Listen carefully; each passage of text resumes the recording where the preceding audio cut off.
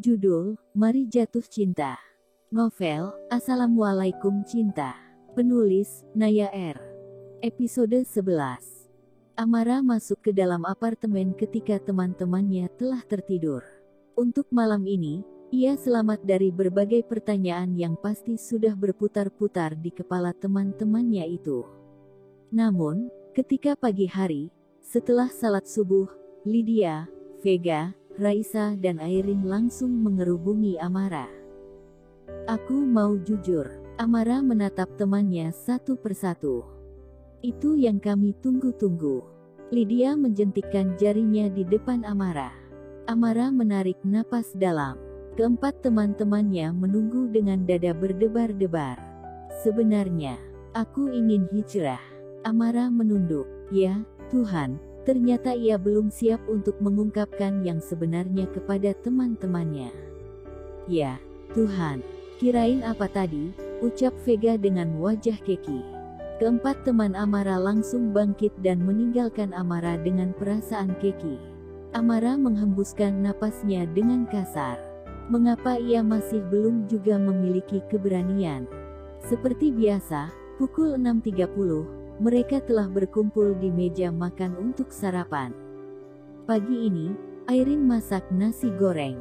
Mereka masih menunggu Amara yang masih belum keluar-keluar juga dari kamar. Begitu pintu kamar terbuka dan Amara berdiri di sana, semua mata memandang ke arahnya. Memakai rok lebar dan blus longgar yang membalut tubuhnya, dilengkapi dengan jilbab yang juga menutup dada. Penampilan Amara membuat mereka melongo. Ternyata ini maksud ucapan Amara sehabis subuh tadi. Amara terlihat makin cantik dan anggun. Hai, bagaimana penampilan aku? Amara melangkah ke meja makan dan bergabung dengan teman-temannya. Cantik, keempatnya menjawab serentak. Alhamdulillah, makasih. Amara mengambil tempat duduk. Mereka lalu mulai menikmati sarapan. Masakan Airin ternyata cukup enak di lidah. Beberapa hari lagi katanya akan ada acara di kantor. Vega yang sudah selesai dengan sarapannya memberikan informasi.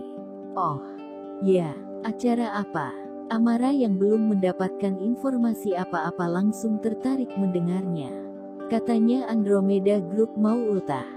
Mereka akan membuat acara syukuran. Mengundang anak-anak panti asuhan juga. Raisa menimpali. Wah, seru, ya. Pasti acaranya meriah. Semoga kita dilibatkan, ya. Lydia bersorak girang. Amin. Semuanya menjawab serentak.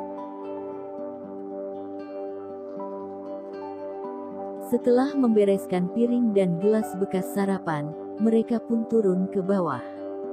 Baru akan memesan taksi online, Sabto telah berdiri menyongsong Amara dan keempat teman-temannya. Akhirnya mereka kembali berangkat dengan laki-laki sederhana itu. Sampai di kantor, mereka sudah sibuk menyelesaikan pekerjaan yang telah dibebankan kepada mereka. Amara dan teman-temannya menyelesaikan semua yang menjadi tanggung jawab mereka dengan riang gembira. Entah mengapa, mereka merasa nyaman berada di kantor Andromeda Group ini. Ketika makan siang di kantin, Amara menerima pesan Wa dari Fahri. Nanti sore aku tunggu di Masjid Baitur Rahman, ya. Hati Amara langsung berbunga-bunga membaca pesan Wa tersebut. Iya.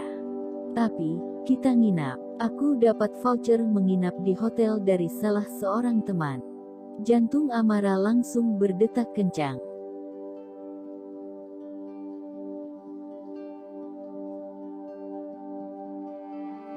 Nginap? Iya, kenapa? Aku bilang apa sama teman-teman? Memangnya belum jadi cerita? Belum. Lama pesan itu terjeda. Amara langsung resah. Pasti Fahri marah karena ia belum menepati janji untuk bercerita kepada teman-temannya. Padahal beberapa hari lalu, ia yang berjanji jika akan jujur pada teman-temannya. Amara, dimakan nasinya. Raisa membuyarkan pikiran Amara tentang Fahri. Iya, Amara tergagap. Pesan dari siapa, sih? Serius amat. Vega menatap Amara dengan curiga. Dari saudara aku. Amara memasukkan ponsel ke kantong roknya. Lalu mulai menyuap nasi di piringnya. Sembari makan, Amara memikirkan alasan apa lagi yang harus ia berikan kepada teman-temannya. Apalagi kali ini harus nginap. Masa ia harus bohong terus? Selesai makan, mereka berlima beriringan kembali ke kantor.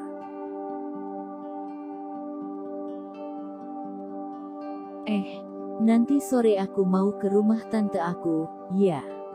Mamanya Fahri. Tante kamu tinggalnya di Jakarta juga? Lydia menatap Amara penuh selidik. Iya, kemarin kan aku janjiannya sama Fahri. Akhirnya Amara jujur juga, meski masih dalam konteks sebagai sepupu. Duh, ternyata berbohong itu benar-benar tidak enak. Amara menyesal mengapa tidak jujur saja sejak awal. Jadi sepupu yang kamu maksud kemarin Fahri? Vega menatap Amara dengan rasa penasaran. Iya, Amara menjawab dengan wajah tanpa dosa.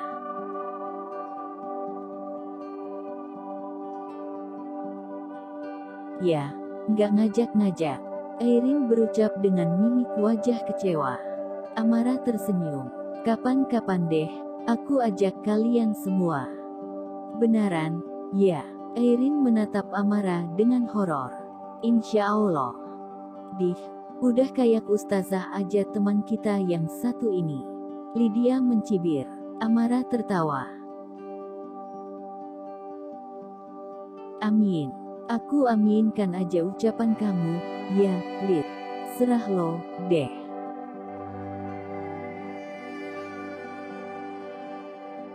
Mereka berlima berpisah di lobi. Masing-masing kembali ke ruangannya. Begitu sampai di mejanya, Amara segera mengeluarkan ponsel. Aku sudah bilang sama teman-teman kalau nanti ada janji sama kamu, Mas. Lama Amara melihat pesannya hanya centang dua tanpa dibaca.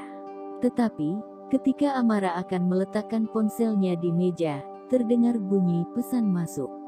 Amara mengusap layar ponselnya kembali. Sudah bilang nginap? Iya, nanti aku bilang. Tapi, aku nggak ada bawa pakaian ganti. Gimana? Nanti kita mampir beli pakaian tidur buat kamu. Amara tercenung. Sebenarnya selain Garin, apakah pekerjaan suaminya itu? Mengapa sepertinya uang bukan masalah berarti baginya? Amara belum pernah melihat laki-laki itu memikirkan masalah pengeluaran.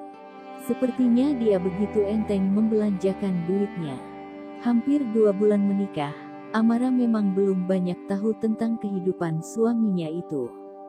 Amara berharap, dengan berjalannya waktu, ia bisa mengetahui semua hal tentang suaminya itu.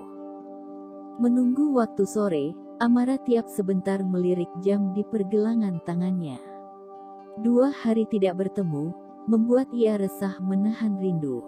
Dan begitu azan asyar berkumandang, Amara bergegas ke musala kantor. Diikuti oleh keempat temannya yang makin penasaran melihat sikap dan gelagat Amara.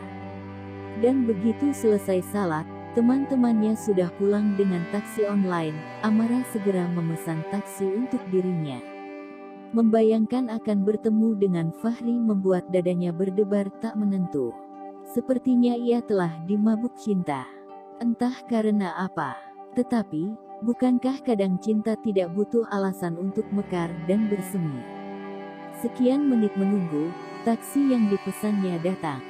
Amara masuk dan mobil berlalu membawanya menuju Masjid Baitur Rahman. Amira senyum-senyum sendiri, ia merasa Fahri begitu romantis, mengajaknya janjian di masjid lalu menginap di hotel.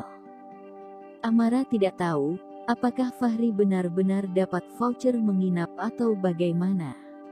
Tapi, yang jelas, membayangkan akan tidur berdua di sebuah hotel, membuat bulu kuduk Amara meremang. Jangan-jangan nanti malam akan menjadi malam pertama mereka. Bagaimanakah ia akan menghadapinya? Tetapi, jika laki-laki itu tidak lagi meminta, karena masih ingat dengan penolakannya dulu, apa yang harus ia lakukan? Gak mungkin ia yang meminta duluan. Bisa benar-benar terbukti omongan Fahri pada saat awal-awal mereka menikah dulu. Bahwa laki-laki itu akan menunggu sampai Amara yang meminta duluan. Amara pastikan itu tidak akan terjadi. Namun, jika Fahri yang memintanya, Amara sudah bertekad untuk menyerahkan dirinya dengan ikhlas. Duh, Amara memukul keningnya sendiri. Mengapa pikirannya berkelana kemana-mana seperti ini? Sudah sampai, Mbak. Supir taksi menyadarkan Amara yang asyik bergelut dengan pikirannya sendiri. Oh, iya, makasih, ya Pak. Ya, Mbak. Tadi pakai GoPay, ya Pak. Bener, Mbak. Amara pun bergegas turun. Amara berjalan menuju teras masjid. Masjid terlihat kosong. Jemaah salat Asyar pasti sudah pada pulang. Amara meletakkan tas sandangnya di belakang pintu. Lalu ia berjalan ke arah samping ke dekat toilet perempuan. Terlihat ada sapu dan peralatan pel di sana. Amara tersenyum. Ia akan membantu Fahri membersihkan bagian teras. Biar nanti malam, laki-laki itu hanya perlu membersihkan bagian dalam. Amara mulai menyapu teras. Mulai dari sisi kanan sampai sisi kiri. Lalu terakhir bagian depan. Setelah bersih, Amara mengambil peralatan pel. Diisinya ember pel itu dengan air. Lalu ia pun mulai mengepel seluruh bagian teras. Hampir 40 menit Amara membersihkan seluruh teras. Teras masjid terlihat bersih dan kinclong. Amara merapikan kembali sapu dan peralat pelnya. Setelah itu, ia duduk berselojor di samping pintu masjid bagian depan. Ternyata menyapu dan mengepel itu melelahkan juga. Itu baru bagian luar saja. Bagaimana jika harus membersihkan bagian dalam juga? Amara jadi kasihan membayangkan Fahri harus melakukan semua itu. Tetapi, pastilah suaminya itu tidak hanya mendapatkan materi dari pekerjaannya, namun juga mendapatkan pahala. Amara tersenyum. Tiba-tiba ia merasa bangga dengan Fahri. Tidak banyak anak muda yang masih tertambat hatinya pada agama dan masjid. Dan suaminya adalah salah satu dari yang tidak banyak itu. Amara melirik-melirik jam tangannya. Sudah pukul 17.30. Fahri belum juga datang. Amara mengeluarkan ponselnya dari dalam tas. Bersamaan dengan itu, ponselnya berdering. Fahri. Assalamualaikum, Mas. Waalaikumsalam. Kamu di mana? Aku udah di Masjid Baitur Rahman, Mas. Oh, sudah lama. Lumayan, Mas. Sudah selesai pula aku bantu kamu nyapu dan ngepel bagian teras. Biar nanti malam kamu tinggal bersihin bagian dalamnya aja. Amara berkata dengan riang. Apa? Amara mendengar nada kaget dari suara Fahri. Hehe, ternyata capek juga, ya, Mas, nyapu dan ngepel lantai seluas ini. Apalagi kalau luar dalam. Gak kebayang deh, gimana kamu melakukannya setiap hari. Fahri tidak menjawab. Untuk beberapa lama suasana menjadi hening. Mas, kamu di mana? Kok gak ada di sini? Terdengar helaan napas panjang di ujung telepon. Amara, aku minta maaf. Aku tidak bisa datang. Aku ada urusan keluarga. Suara Fahri terdengar amat berat. Amara tergugu. Kelopak rindunya tiba-tiba berguguran dan jatuh berserakan ke tanah. Iya, Mas. Tidak apa. Amara berucap lirih.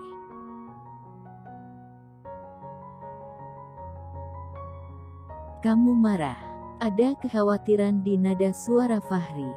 Tidak, aku tidak apa-apa. Amara mengusap sudut-sudut matanya yang sudah mulai basah. Insya Allah secepatnya aku akan menghubungi kamu dan kita akan janjian lagi. Pokoknya kita pasti akan nginap di hotel.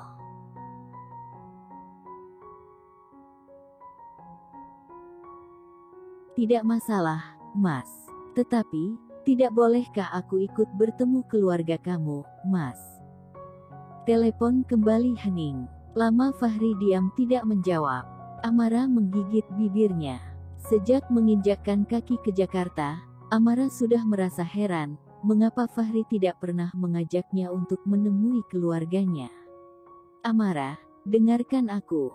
Saat ini, aku belum bisa mempertemukan kamu dengan keluarga besarku, karena mereka belum tahu jika aku telah menikah. Tetapi, percayalah, aku janji akan secepatnya memberitahu tentang kamu kepada mereka. Kali ini Amara yang terdiam. Ada rasa kecewa yang membelah hatinya. Amara, jangan marah. Tolong mengerti dengan kondisi aku saat ini. Suara Fahri penuh permohonan. Iya, Mas. Aku mengerti. Aku langsung balik ke apartemen. Assalamualaikum.